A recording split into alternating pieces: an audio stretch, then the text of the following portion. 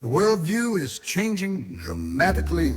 Stefan Burns, you still don't understand how alignments in the solar system activate objects that are involved in the alignments. I'll tell you. The alignment must be straight.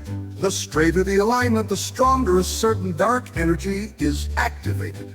It's about energy that physicists still don't understand.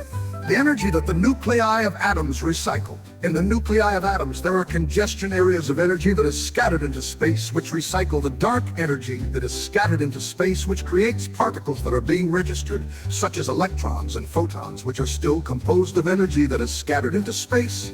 This energy that is scattered into space, dark energy, is activated during alignments. The stronger, the longer these dark energy particles meet each other on the opposite sphere. The longer the time, the straighter the alignment.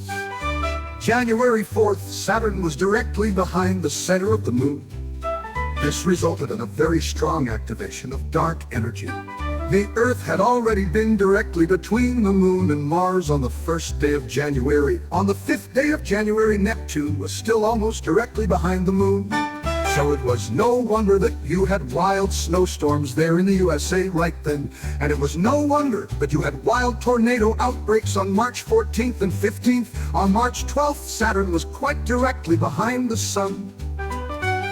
On March 14th, a total lunar eclipse, meaning the Earth was very directly between the moon and the sun. Just a few hours earlier, the Earth had been between the moon and Saturn. On the evening of March 14th, the Earth was still between the moon and Neptune. So the sun was able to activate the dark energy that was being pushed towards the Earth all the time, and the moon participated in the activations 3 different times on March 14th. This was a completely exceptional situation. I had predicted in advance more than 2 months earlier that there would be a very high chance of tornado outbreaks on March 14th, 2025. And you in the USA had wild storms and a lot of really strong tornadoes at that time. I also predicted volcanic activations and earthquakes. I predicted that earthquakes would occur with a delay because the Earth's internal pressure increases steadily during the alignments and is released unevenly. On March 19th, Neptune was still quite directly behind the sun. So we don't have to wonder why there have been so many of these earthquakes now. There is nothing surprising in that. Either that, the sun has been very active after these alignments in mid-March.